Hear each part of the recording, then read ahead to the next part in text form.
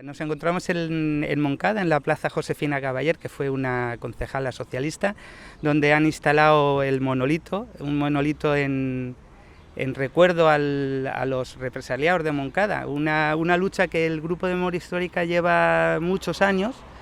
Podemos decir que intentando luchar por este monolito llevamos 4 o 5 años. Se hizo una campaña en Change.org, se pidieron firmas a pie de calle, se hicieron adhesiones al grupo de Facebook por correo electrónico, se llegaron a juntar casi 4.000 o 5.000 firmas para poderlo hacer.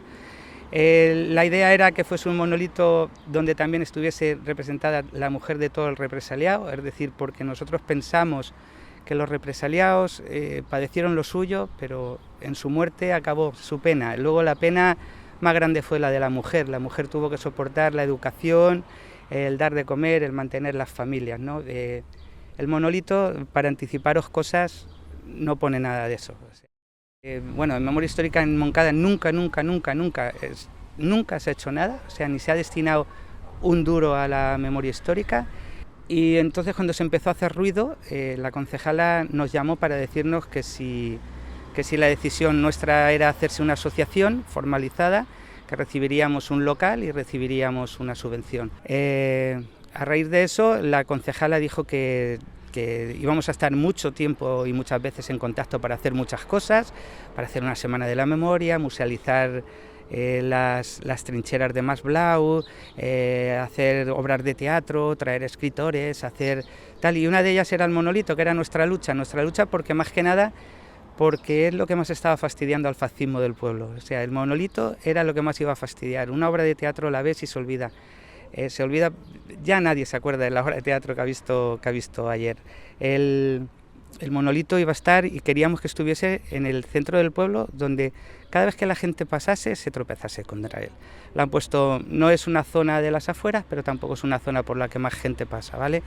El monolito, nosotros pasamos todos los datos de maestros depurados, fusilados en el Terrer, gente moncadienses y moncadines que trabajaron en batallones de trabajos forzosos. Por aquí pasó una brigada internacional también, que también habría que homenajearla en tiempos de guerra. Gente que estuvo en San Sebastián, en San Miguel de los Reyes, gente que murió en Godella. Y queríamos que todos estuviesen. El monolito se hizo, parece que con alevosía, se inauguró un lunes, sin contar con nosotros, que habíamos sido los que iniciamos la acción, la propuesta.